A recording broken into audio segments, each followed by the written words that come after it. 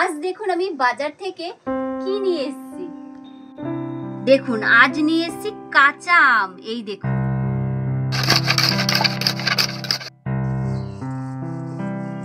ঢাকাটা এখন আমি আটকে নিচ্ছি। নমস্কার বন্ধুরা, মঞ্জু কিচেনে আপনাদের সকলকে জানাই স্বাগত।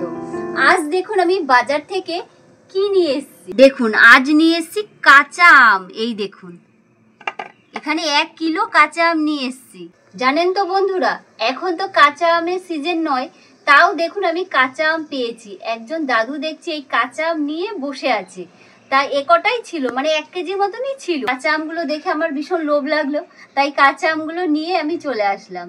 তাই এখান থেকে 3টে আম আমি কাঁচা মেখেছিলাম, দুপুরবেলা মেখে খেয়েছি। আর একটা রেখে দিয়েছি। তা মা বললো একটু কাঁচা আমের কাসুন্দি কর। মা কাসুন্দি খেতে খুব ভালোবাসে, তাই আজকে এই কাসুন্দিটাই করব আর আপনাদের সাথে শেয়ার করব। আপনারা পুরো ভিডিওটা দেখুন, আজকের ভিডিওটাও আপনাদের খুব ভালো লাগবে। তো চলুন রেসিপিটা শুরু করা যাক।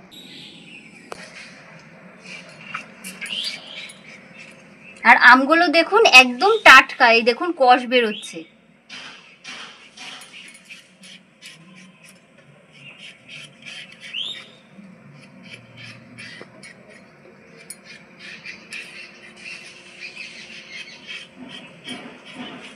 আমটার এত সুন্দর গন্ধ বেরোচ্ছে, আমটা কিন্তু ভীষণ টক হবে।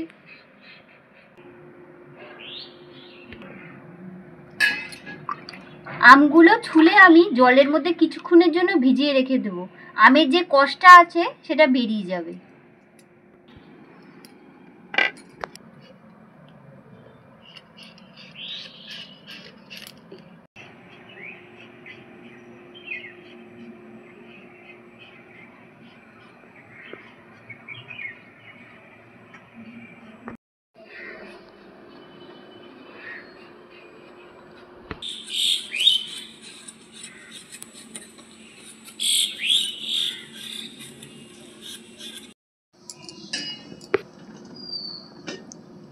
দেখুন আমটার কত কষ, জলটা একদম কালো হয়ে গেছে। এই দেখুন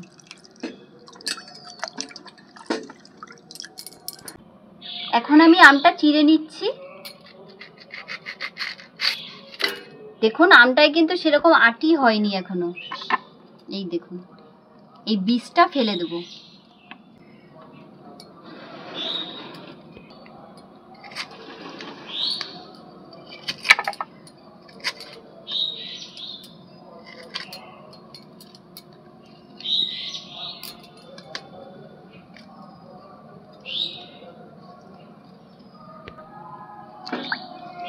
একইভাবে সব আমগুলো এভাবে মাঝখান থেকে চিড়ে নিচ্ছি। আমগুলো দেখুন সব চেরা হয়ে গেছে মাঝখান থেকে, আর বীজগুলো কিন্তু ফেলে দিয়েছি। আমাদের এখানে তো বিপত্তারিণী পুজো হচ্ছে, তাই চারিপাশে একটু গান হচ্ছে, খুব ভালো লাগছে শুনতে। দেখতে দেখতে সব পুজো চলেও আসছে। আমগুলো কিন্তু খুব ভালো করে ধুয়ে নিয়েছি। দেখুন জলের কালারটা পুরো চেঞ্জ হয়ে গেছে। এই দেখুন কত কষ।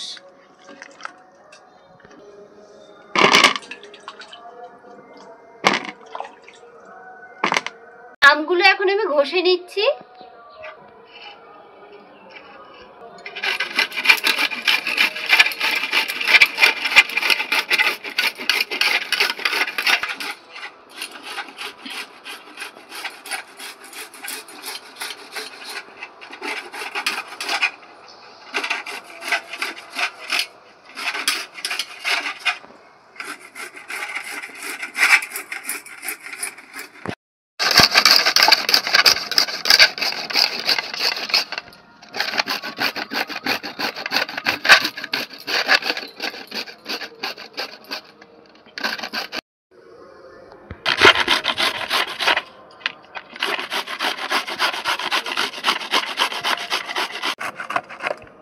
দেখুন ঝুরি আমের কাসুন্দি করার জন্য এভাবে কিন্তু আমটা এই দেখুন এভাবে গ্রেট করে নিতে হবে। এই দেখুন এটা ভীষণ টক, তার জন্য কিন্তু আমি পরিমাণ মতন নুন দিয়ে দেব। এই দেখুন পরিমাণ মতন নুন নিয়ে নিয়েছি। নুনটা দিয়ে এখন ভালো করে আমটা চটকে নিচ্ছি।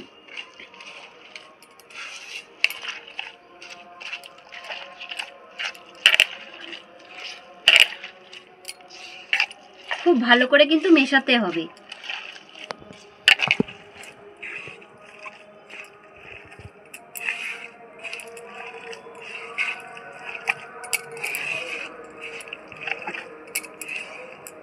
এই দেখুন খুব ভালো করে আমি নুন মিশিয়ে নিয়েছি। এখন আমি ঢাকা চাপা দিয়ে রেখে দেবো। আম কাসুন্দি করার জন্য দেখুন আমি কালো সর্ষে নিয়েছি, আর এটা কিন্তু নতুন সর্ষে, পুরনো সর্ষে কিন্তু হলে হবে না, নতুন সর্ষেই লাগবে। নতুন সর্ষেতে ঝাঁঝ বেশি। আর ভালো করে ধুয়ে রোদে শুকিয়ে নিয়েছি। এই দেখুন শিলনোড়াতে সর্ষেটা বেটে নিচ্ছি। আপনারা চাইলে মিক্সিতেও কিন্তু পেস্ট করে নিতে পারেন। অল্প অল্প করে আমি দিয়ে বেটে নেব, কেন একবারে বেশি করে বাটা যাবে না। সর্ষেগুলো তো রোদে দিয়ে রেখেছিলাম, বাটতে কিন্তু কোনো অসুবিধা হচ্ছে না, বেশ সুন্দর গুঁড়ো হয়ে যাচ্ছে।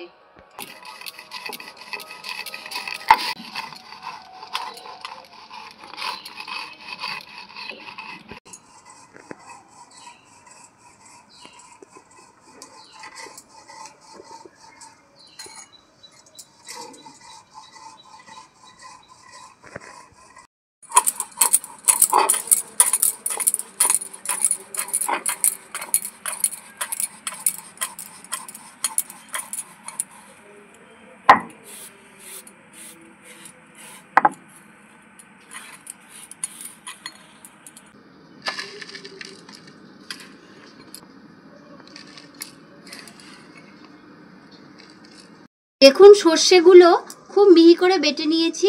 এই দেখুন আমটা দেখুন নুন দিয়ে যে মেখে রেখেছিলাম কতটা জল বেরিয়েছে। আমি কিন্তু এর মধ্যেই গুঁড়ো করা সর্ষেগুলো দিয়ে দিচ্ছি।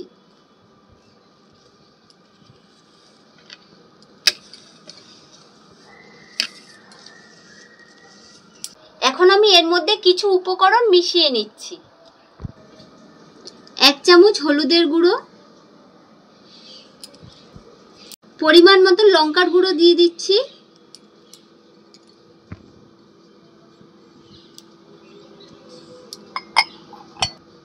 এখন খুব ভালো করে মেখে নেব।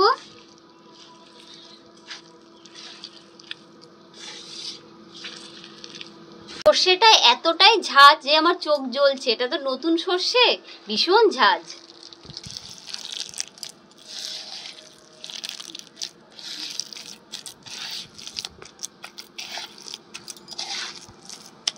খুব ভালো করে কিন্তু মিশিয়ে নিতে হবে।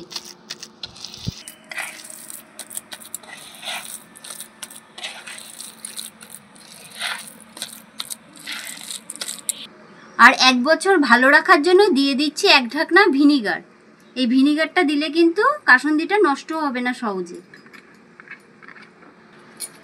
ভিনিগার দিয়ে ভালো করে আবার মিশিয়ে নিচ্ছি।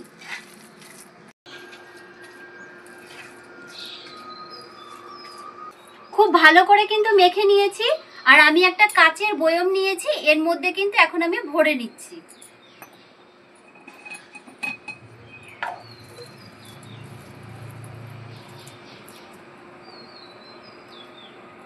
বন্ধুরা কালারটা দেখুন কত সুন্দর এসছে। এই দেখুন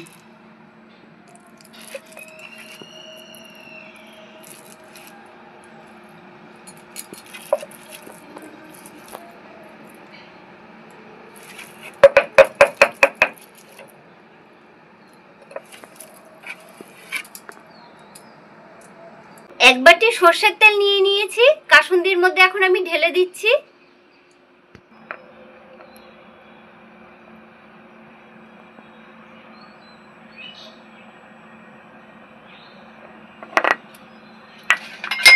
চামচ দিয়ে একটু এভাবে মিশিয়ে নেব, না হলে পুরো সর্ষের তেলটা ধরবে না। এখনই দেখে লোভ লাগছে। কাসুন্দি বলুন, আমের আচার বলুন, সর্ষের তেল না হলে কিন্তু আমের আচার ভালো লাগবে না।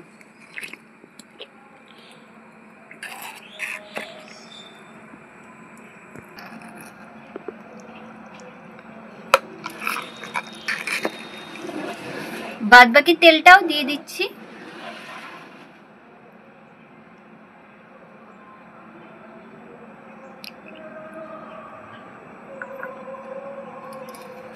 আবার ভালো করে মিশিয়ে নিচ্ছি। খুব ভালো করে কিন্তু মেশাতে হবে।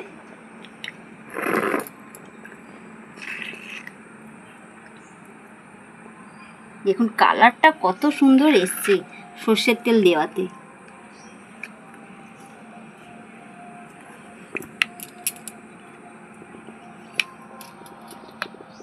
এই দেখুন কতটা লোভনীয় লাগছে। গরম ভাতের সাথে বা মুড়ি মাখার সাথে, যে কোনো মাখার সাথে কিন্তু এই কাসুন্দি দারুণ লাগবে। দেখতে যতটা সুন্দর লাগছে তার থেকে কিন্তু খেতে আরো বেশি ভালো লাগবে। এই দেখুন কাসুন্দি আমার রেডি হয়ে গেছে। আর এই কাসুন্দিটা কিন্তু আপনারা সঙ্গে সঙ্গে বানিয়ে খেতে পারবেন না, তেতো লাগবে। এটা কিন্তু 1 সপ্তাহ রোদে রেখে তারপরে খাবেন, তাহলে কিন্তু ভালো লাগবে। তা আজকে কাসুন্দি বানানোর রেসিপিটা আপনাদের কেমন লাগলো অবশ্যই কমেন্ট করে জানাবেন। আর যদি ভালো লাগে বাড়িতে বানিয়ে আপনারা খেয়ে দেখবেন।